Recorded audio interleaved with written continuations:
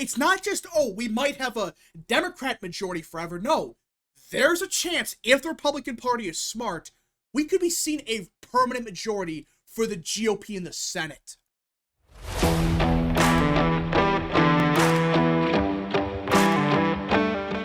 What is up, people of the internet? It is me, Real American, back in with a new video, and I hope everyone is having a great day.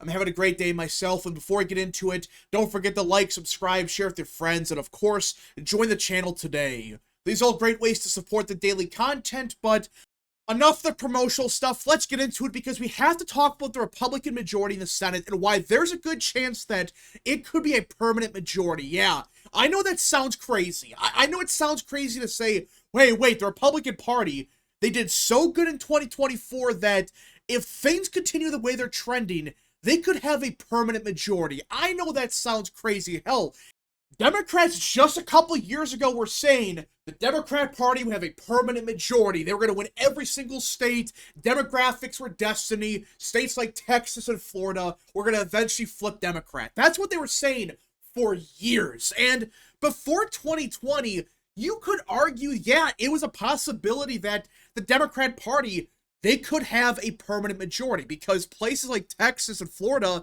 well, a couple of years ago, people were panicking. Everyone was saying, oh, Texas and Florida, they're all going to become Democrat strongholds. Places like North Carolina, same deal. Places like, I don't know, South Carolina.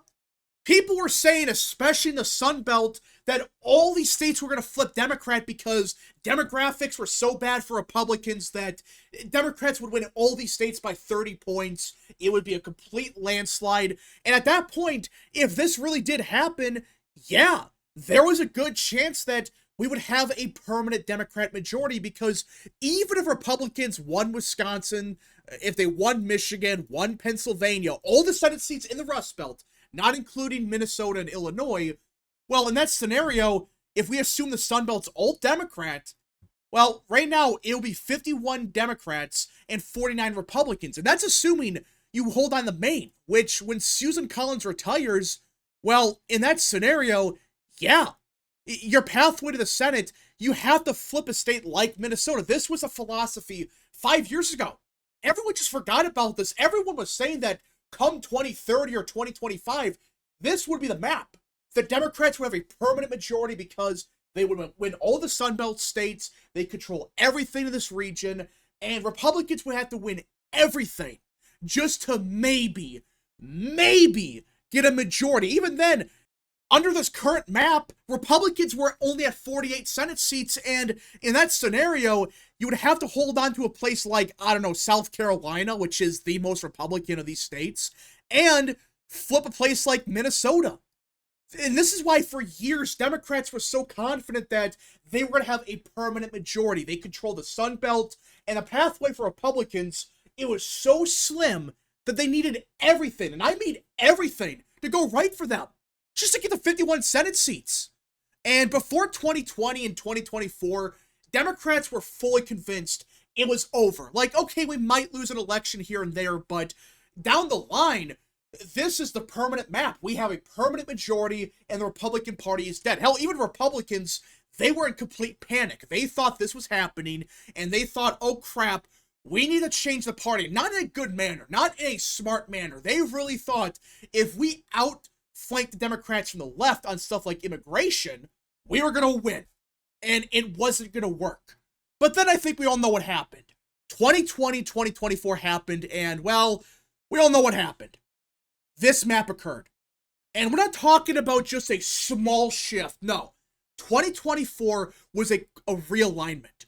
I would argue bigger than even 2016 was. Because I know 2016, it was a big realignment. A lot of former Democrats, they became Trump voters. I understand that. But you look at the situation the GOP was in before 2020 and 2024, they were in deep shit. Because if they were losing places like Texas or Florida, well, their pathway to not just the Senate but the presidency was all but dead. But then, well, Trump won Florida. And not just by a little bit. He won Florida by 13 points. Won Texas by even more. Yeah, Blexus is dead. I think it's safe to say, yeah, Blexus is dead. Democrats are not winning Texas nor Florida anytime soon. And places like South Carolina, Trump plus 18. Trump absolutely killed Democrats in this region. He won in a landslide. And of course, Trump did very good in places like Pennsylvania, like Michigan, and even other Sunbelt states like Arizona and Nevada. It was such a beatdown by Trump on Harris that, well, the map the Democrats were banking on, it's dead.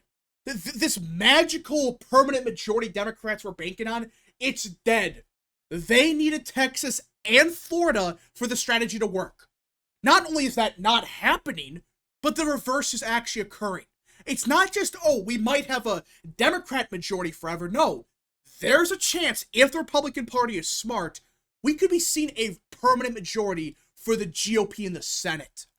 The complete opposite of what we were hearing 10 years ago. And I know that sounds crazy because right now you look at the Senate map and it's 53 Republicans and 47 Democrats. And there are some big catches to this majority the GOP has. You have people like Lisa Murkowski in Alaska, John Curtis in Utah, and Susan Collins in Maine. But even then, that's still 50-50. And with Vice President Vance being the tie-breaking vote, well, that's a majority. I mean, it's a slim majority, but still, you are at 50 seats, even if you include people like John Curtis, Lisa Murkowski, or Susan Collins. But even then, it's not a guarantee that every single time Collins would vote against something, or even John Curtis. Murkowski, though, yeah, I could see Murkowski voting against everything because, well, that's who she is. But even then, that's like, what, 51, 52 in the Senate? So you start looking at this, it's like, wait, right now Republicans are at 53 Senate seats. But on top of that, look at the map. And you realize quickly that, wait a minute, Democrats really only have one pathway to the Senate majority. I guess there's a couple, but the easiest pathway would probably be winning Maine if Susan Collins retires, which she may down the line, beating David McCormick in like, what, 2030? I guess it's possible. And then when Ron Johnson eventually retires, you flip that seat. But even in that scenario, it's 50-50. And if Republicans have the vice presidency, they have the tie-breaking vote. Do you see the problem here? And yeah, you could win North Carolina, but even if you win both seats, I find that so unlikely. Just look at 2024. In 2024, Trump won it by 3 points. So down the line, it could be a bit closer, I get that. But let's just say they win, I don't know, only one of the seats. Let's just say Democrats win one of the two, not both of them. Which, in that scenario, yeah, they would be at 51 in the Senate, which is a majority. But the problem is, that's assuming Republicans win nothing else, and they only do losing. And this is the biggest problem for Democrats in 2026, 2028, and 2030, and just beyond. This map is so bad for Democrats because Democrats, they don't have many realistic targets. Like, yeah, they could win Wisconsin, Pennsylvania, Maine, and North Carolina, but outside of that, well, that's like 5 Senate seats at most they could target. You're not going to win a place like Ohio. You're not going to win Florida, Texas. These states are Republican strongholds. So best case scenario, you win all these seats. Well, that's only 5 seats you can win. And that's assuming you lose nothing else. And this is the biggest problem for Democrats. And what should be the biggest win for the GOP in the next 5 to 10 years? Democrats have to defend so many seats. Just look at the Sun Belt. Look at the Sun Belt. Georgia, Arizona, Nevada. All 3 of these states voted for Trump in 2024. In fact, Trump won Arizona by 5.5. He won Nevada by 3. He won Georgia by 2 points. Now, I know Georgia's the one state that has been trending to the left, and it probably will continue trending to the left. But Arizona, and especially Nevada, they're trending heavy to the right. Like, we're not talking about a 1-point shift. Trump won Nevada by 3, won Arizona by 5. These are states like Arizona 10 years ago, everyone thought it was going to become a Democrat state. Everyone thought that, oh, it's becoming such a Democrat state. They're going to win it by 30 points in 2024. And, well, Trump actually won it by 5.5 points. So even if Democrats hold on to both seats in Georgia, if Republicans win just 1 seat in Arizona, And let's just say they win both of them in Nevada, which down the line is very possible because, well, the voter registration for Democrats in Nevada is awful. And it looks like the floor is finally caving in for Dems in the state. Well, even if Democrats won Wisconsin, North Carolina, Maine, Pennsylvania, all these states, Republicans would be at 51 Senate seats. But we are assuming that Democrats actually flip a place like, I don't know, North Carolina, which they've been saying this for years now. Since Obama won in 2008, Democrats every single year, they keep saying, this is the year we flip North Carolina again. This is the year we flip it. And every single time they lose it. Now, they don't lose it by 30 points, but especially at the presidential and Senate level, it is stubbornly Republican. No matter what you do, no matter how much money you spend, this state's like lean to likely Republican every single year. So if North Carolina doesn't flip, Republicans are still at 53. And it becomes an even bigger problem when you realize Democrats, they have a bunch of Senate seats in places like Pennsylvania, Michigan, Wisconsin, states that are trending to the right. Now, are they going to be R plus 30 down the line? No. But do you really think it's a foregone conclusion that Democrats win Wisconsin? Like, I understand that this was the most Democrat of the big three, Wisconsin, Michigan, and Pennsylvania. For a bunch of reasons, it voted to the left of those two other states. But even then, if Democrats win one of the Senate seats, which is possible, is it really a guarantee they win Ron Johnson's seat? I guess it's possible, but I don't think it's really a guarantee. Plus, Wisconsin has been trending to the right in recent years. And you look at a place like Michigan, Trump won the state by 1.5%. And same thing could have happened there, where Democrats, yeah, they may hold on to one of the seats, but do you really think you're going to win both of them? As a foregone conclusion? I don't think so. And finally, Pennsylvania, you could argue, looks the worst for Democrats of the three main states of Wisconsin, Michigan, and Pennsylvania. For crying out loud, in 2024, Trump won the state by 2.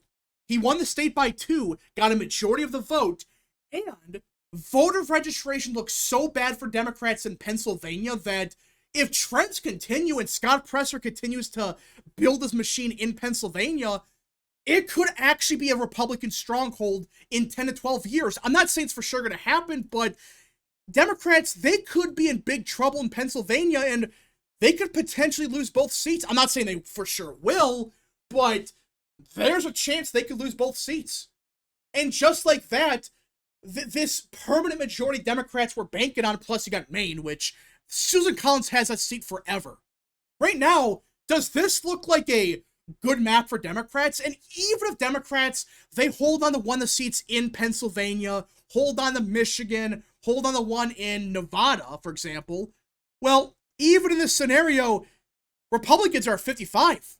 And that's assuming they don't win one in Georgia with Brian Kemp. That's assuming places like New Jersey, New York. If these trends don't continue, yeah, they could hold on these states, but if New Jersey and New York continue trending to the right like they have been, well, down the line, not in 2028, but maybe in the 2030s, you could see one of these seats possibly flipping.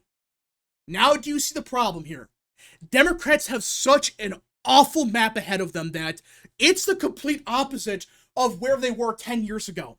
They've really thought that they were going to have a permanent majority. And I'm not saying it's a guarantee the Republicans will also, but if Republicans are smart, the map is there. The map for this majority for the GOP to be a possible permanent majority is there. They just got to be smart. They got to stick with the Trump base and continue to build up the coalition. Anyways, folks, thank you so much for watching. If you guys did enjoy, smash the like button down below, subscribe, share with your friends, hit that little bell, follow the social media accounts in the description down below, and of course, join the channel today. Godspeed to all of you.